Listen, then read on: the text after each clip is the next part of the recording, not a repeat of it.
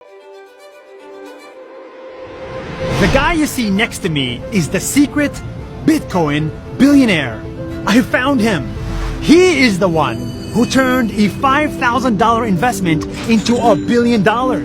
He is the one who paid $70 million for a virtual piece of art.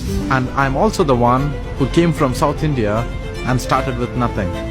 For the first time ever, I want to tell you the story of Meta Koven. This guy from South India did not grow up with money. In fact, for most of his life, he could not afford to buy a laptop. He could only afford to buy a flash drive where he kept all his files. At the night, I used to borrow my friend's laptop when they're just going to sleep, and then I used to use my pen drive and learn how to code. And on the internet, he saw opportunity. So he learned how to code and how to build websites. Simple websites that do simple tasks. So I remember one of the websites I built on which anyone could hire a freelancer for $10. But that didn't go very well. It failed.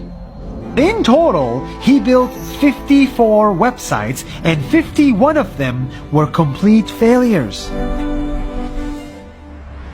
Until one day, he stumbled upon Bitcoin.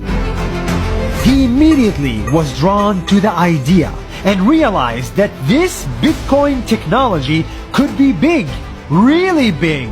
It was a global idea, and it had people who were passionate about it from all over the world. That really made me feel this is going to be really big. So he adopted Bitcoin, Ethereum, crypto, and blockchain, even when everybody said this was a fad. Anything that's new is initially rejected, right? Like they say, they laugh at first.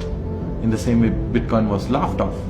But that's when I know that something might work. So when people laugh at something, my brain goes, maybe we should try it, right?